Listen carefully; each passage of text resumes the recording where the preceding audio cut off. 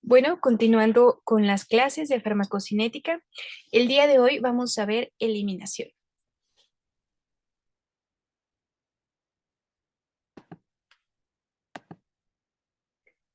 Y bueno, hay que saber principalmente este concepto que va a ser la excreción renal, ¿no? Que como bien sabemos, pues va a ser esta excreción de los fármacos, ya sea por su compuesto original o como su metabolito. Y de esta manera, los riñones actúan sobre el fármaco del mismo modo que lo hacen con las sustancias endógenas, sometiéndolos a procesos de, tanto de filtración glomerular, secreción tubular activa y reabsorción tubular pasiva. La cantidad del fármaco excretada va a ser la suma de las cantidades filtradas y secretadas menos la cantidad reabsorbida, ¿no? Que esto quiere decir que va a ser obviamente ese fármaco que aún sigue en el espacio o en la circulación sanguínea. Ajá, entonces, tenemos que tener en cuenta que el flujo renal va a comprender cerca del 25% del flujo sanguíneo sistémico total. Por lo tanto, el índice de eliminación va a depender del balance entre las tasas de filtración, secreción y reabsorción del fármaco. Por lo regular, solo el fármaco libre se filtra al túbulo renal y una mejora en el flujo sanguíneo va a provocar que el fármaco sea excretado con mayor rapidez. Y sin embargo, si hay una disfunción a nivel del flujo sanguíneo o que no haya buena irrigación, pues esto va a provocar que el fármaco sea excretado con mayor lentitud, ¿no? Que esto generalmente lo vamos a ver en pacientes con alguna patología renal. Ajá, entonces tenemos que recordar que un fármaco sí, hidrosoluble va a ser más fácil que sea eliminado o también hidrofílico. Ujú. Entonces, de esta manera va a pasar por lo que es la filtración glomerular, esta secreción tubular activa y también la reabsorción tubular pasiva para su excreción. Aunque hay que tener en cuenta que todo esto va a depender del pH tubular, que va a depender del tipo de paciente, ¿no? Si es un paciente sano, pues vamos a tener una adecuada excreción renal. El detalle va a ser si los pacientes tienen alguna alteración. Y también va a depender, obviamente, de qué otros fármacos estén tomando, ¿vale? Entonces, la filtración glomerular, pues ahora sí que, haciendo un recuento, los fármacos van a llegar por las arterias renales para formar, como bien sabemos, el plexo glomerular. Entonces, este va a ser el primer paso. Aquí, el fármaco libre accede a lo que va a ser el túbulo renal en forma de soluto disuelto con el filtrado plasmático. Entonces, si un fármaco tiene una elevada adherencia a las proteínas o una unión alta proteínas, recuerdan lo que vimos en clase, que estos fármacos va a ser más difícil que sean filtrados. Ajá, entonces el fármaco que se va a filtrar va a ser aquel que esté libre. Ajá, entonces, ¿qué ejemplos tenemos de estos tipos de fármacos? Pues lo vamos a tener como la warfarina, que ya habíamos comentado en clase que va a ser un anticoagulante. Entonces, pues por ende, su velocidad de filtración glomerular pues va a ser baja. Y así vamos a tener a diferentes fármacos que posteriormente los vamos a ir viendo, ¿no? Entonces, como vemos, los fármacos que son lipofílicos van a ser más fácilmente filtrados. Más sin embargo, los fármacos liposolubles se van a excretar lentamente.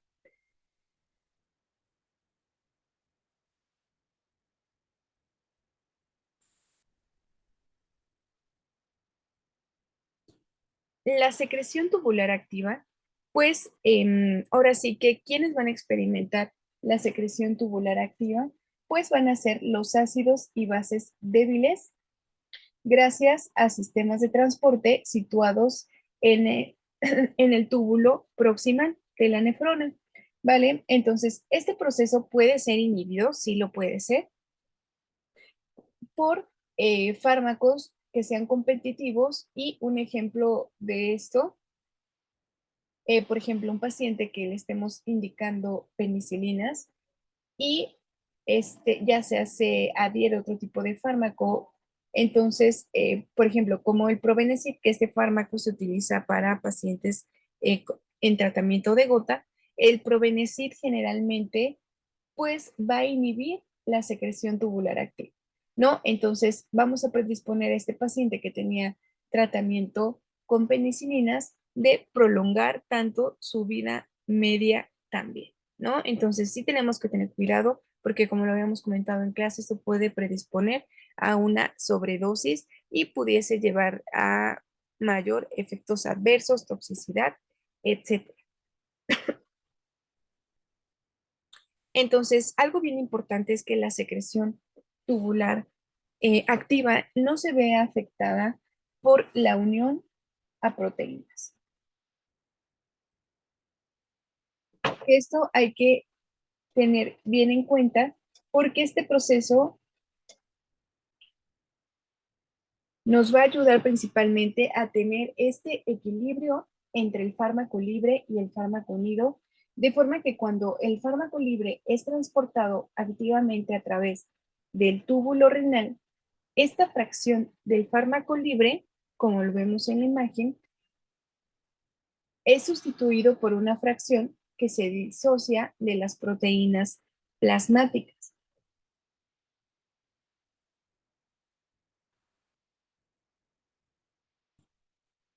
Y en cambio, la secreción tubular pasiva va a depender de la liposolubilidad del fármaco.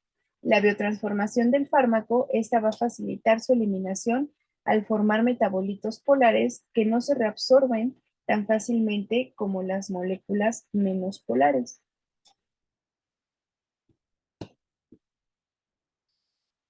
Y como lo habíamos mencionado en clase, los ácidos y bases débiles ionizados no se reabsorben en las células del túbulo renal y se excretan más rápidamente por la orina que los fármacos no ionizados que experimentan una reabsorción pasiva. Si recuerdan en clase que hicimos énfasis en que los fármacos no ionizados, esos se reabsorben de una mejor manera que en cambio que estos fármacos ionizados, que esos fármacos que tengan esta electronegatividad, ya sea aumentada o disminuida, lo que reabsorbe y pasa más fácil por la membrana es que haya un equilibrio. Ajá. Entonces, estas moléculas no ionizadas van a tener esta reabsorción pasiva. Ujú. Entonces, la proporción de fármaco ionizado y no ionizado va a variar en función del pH del túbulo renal, que es, como ya lo hemos visto, pues eso se puede modificar tanto por diferentes tipos de fármacos, por alguna sobredosis, etcétera. Entonces, existen otras vías de excreción como el sudor, la saliva, ajá, y como, por ejemplo, todo va a depender también, como lo habíamos visto en clase, de su volumen de distribución, ¿no? Entonces, si recordamos, el etanol tiene un amplio volumen de distribución también. Entonces, incluso por el sudor, incluso también por la vía aérea, por la expiración, puede salir también esta excreción. Ujú. Entonces, en esos estudios, pues son estudios farmacocinéticos que también se suelen utilizar para reflejar sobre todo la concentración intracelular del fármaco, obviamente en estos tejidos diana. Ujú. Y bueno, el aclaramiento del fármaco también es conocido por las siglas CL, va a ser la expresión básica de eliminación de un fármaco, ¿no? Que como lo observamos, se define como el volumen del líquido corporal que queda libre del fármaco por unidad de tiempo. Mientras que el aclaramiento es constante y es importante indicar que es la cantidad del fármaco contenida en el volumen de aclaramiento que variará en función de la concentración plasmática del fármaco. Y bueno, también se puede calcular el aclaramiento renal como la velocidad de excreción renal dividida por la concentración plasmática del fármaco. Los fármacos generalmente tendrán un aclaramiento renal aproximadamente igual al aclaramiento de creatinina, que suele ser de unos 100 mililitros por minuto en adultos, aunque esto puede variar en pacientes que lleguen a tener alguna afectación renal. Entonces, si el aclaramiento renal de un fármaco es superior al aclaramiento de creatinina, ¿esto qué nos va a indicar? Pues nos va a indicar que el fármaco es una sustancia que experimenta una secreción tubular. Si el aclaramiento renal de un fármaco es inferior al aclaramiento de creatinina, el fármaco presenta un alto grado de unión a proteínas plasmáticos o experimenta una reabsorción pasiva en los túbulos renales. Ujú. Entonces, también, aparte del aclaramiento renal, podemos tener un aclaramiento hepático, que pues esto es más difícil de determinar. em, Debido a que la eliminación hepática pues incluye el metabolismo y la excreción biliar de los compuestos originales, ¿no? Entonces, por esto el aclaramiento hepático se determina multiplicando el flujo sanguíneo hepático por las diferencias arteriovenosas de la concentración del fármaco. Esto muchas ocasiones es más difícil realizarlo, entonces generalmente nos basamos en el aclaramiento renal, ¿no? Pero también tenemos lo que es la circulación enterohepática, ¿no? Que va a ser esta forma de la excreción biliar, elimina sustancias del cuerpo únicamente en la medida en que la circulación enterohepática sea incompleta. Es decir, cuando parte del fármaco que es excretado no vuelve a reabsorberse en el intestino. Ajá. Recuerden que en clase que habíamos comentado que al eliminarse por la bilis, esta se va de nuevo a todo el tracto digestivo y ahí se vuelve a reabsorber todavía las moléculas del fármaco que existan eh, en la bilis, ¿vale? Entonces, este va a ser una circulación enterohepática, pero las que ya no se reabsorben, ahora sí, se eliminan de manera fecal. Y va a ser importante tener en cuenta la semivida de eliminación, porque esto que nos va a indicar, pues nos va a indicar el tiempo necesario para que la concentración plasmática de un fármaco, como lo observamos en la gráfica, se reduzca en un 50%. Esto puede calcularse a partir de la constante de velocidad de eliminación, aunque normalmente se calcula a partir de la curva de concentración plasmática del fármaco. También puede expresarse en términos de aclaramiento y volumen de distribución del fármaco, aunque hay que tener en cuenta que, por ejemplo, en un fármaco comúnmente, por ejemplo, su vida media, por ejemplo, sea a las 8 horas, ¿no? Incluso las vidas medias también se establece el horario terapéutico de cada medicamento, ¿no? Como teníamos el ejemplo del paracetamol, que generalmente es cada 8 horas o mínimo cada 6 horas, ¿no? Esto es para tener la misma concentración a nivel plasmático. Ajá. Entonces, si, por ejemplo, no se sigue la dosis, la vida media, pues esa va a ir disminuyendo. Aunque, por ejemplo, si damos, no sé, cierta dosis y su vida media es a las 8 horas y posterior a esta subida media, ahí va a ir disminuyendo, no va a ser constante su eliminación. Ajá. No va a ser constante porque pues obviamente las proteínas que está adherida a este fármaco, pues no son todas, ¿no? Entonces aquí va a variar dependiendo de la molécula y la eliminación de cada cuerpo, ¿no? Entonces, ya aquí, porque se pudiese pensar de no, pues cada 8 horas se va eliminando, pero no, porque a las 8 horas de este fármaco, pues no vamos a tener las mismas moléculas, de hecho tenemos la mitad, pero no van a responder igual como cuando tenían muchas moléculas. ¿Queda claro esto? Si no queda claro, ya saben que me lo pueden dejar en los comentarios, escribirme un mensaje o etcétera. ¿vale? Entonces, esta semivida del fármaco va a variar si alguno de estos factores se modifican. Por ejemplo, la constante de eliminación, el volumen de distribución, el aclaramiento. Ajá. Entonces, cuanto mayor sea la semivida de eliminación, más lenta será la eliminación del fármaco.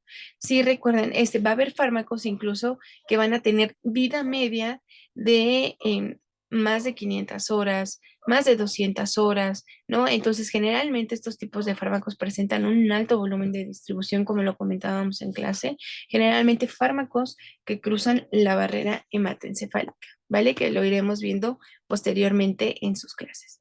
Entonces, la mayoría de los fármacos tienen las cinéticas de primer orden, que esto es donde la velocidad de eliminación del fármaco se elimina o es proporcional a la concentración plasmática del fármaco y sigue una función decreciente. Si va a ser exponencial, imaginemos que, por ejemplo,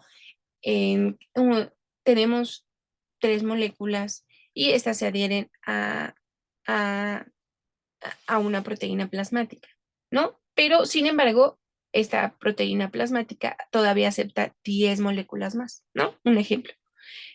Entonces, esto quiere decir que la molécula no está saturada. Ajá. Entonces, a esto se le va a llamar cinética de primer orden. Ajá.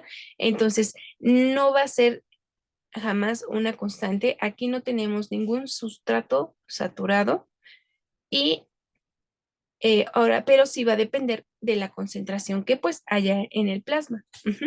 ¿Queda claro esto? Eh, y la velocidad de eliminación de un fármaco es igual a la concentración plasmática del fármaco multiplicada por el aclaramiento del fármaco. La velocidad de eliminación disminuye a medida que disminuye la concentración plasmática y la semivida y aclaramiento del fármaco. Ajá, si se entiende esto, va a disminuir como disminuye la concentración, como aquí observamos, en su vida media va a disminuir la concentración que hay a nivel plasmático y por lo tanto disminuye la concentración plasmática y la semivida. Ajá. Entonces, y por ende el aclaramiento del fármaco se mantiene de cierta manera, pues poco a poco gradual.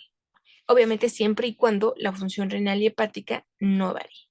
Y sin embargo, la cinética de orden cero, este sistema sí es saturable. Si les llegasen a preguntar en su examen, ¿qué sistema es saturable? La cinética de orden cero, un gran ejemplo va a ser el alcohol, ¿no? Entonces, el alcohol va a tener la cinética de orden cero y aquí la velocidad de eliminación del fármaco pues va a ser constante. Ujú. ¿Por qué? Porque imaginemos que solamente tenemos esas dos enzimas, pero el fármaco que administramos la supersatura. O sea, si tenía 10 lugares, el fármaco trae 30 moléculas y obviamente queda saturado el sistema. Entonces, por ende, no va a ser la misma eliminación que un fármaco que tenga cinética de orden, de primer orden. Ujú. Entonces, son términos importantes para comprender la farmacología de los siguientes fármacos que veremos en clase, pero también para entender cómo es el funcionamiento y por qué indicamos ciertos medicamentos cada 12, cada 6 horas, cada 24 horas, etcétera. Ajá. Sí quedó claro esto. De todos modos, si todavía hay dudas, no olviden dejármelo en los comentarios. Si cualquier cosa, incluso si no llegase a quedar tan claro, pues podemos hacer ya sea una hojita como si fuese un pizarrón. Ujú. Pero yo estoy al pendiente por cualquier. Ujú. Pues ha sido todo. Fue algo rápido, pero que sí les quede claro, en verdad, estudienlo. Y algo bueno que también quería aclararles es que, por ejemplo,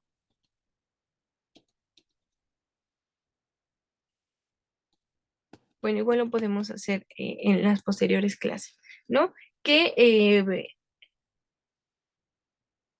que en esta, por ejemplo, las proteínas, bueno, van a ser parte también de, van a ser tipo buffer, pero bueno, eso ya lo veremos posteriormente, no los quiero confundir. Cualquier duda, cualquier pregunta, en verdad, sin problema, ¿vale? Espero les haya sido de mucha utilidad y cualquier cosa estamos en contacto. Saludos.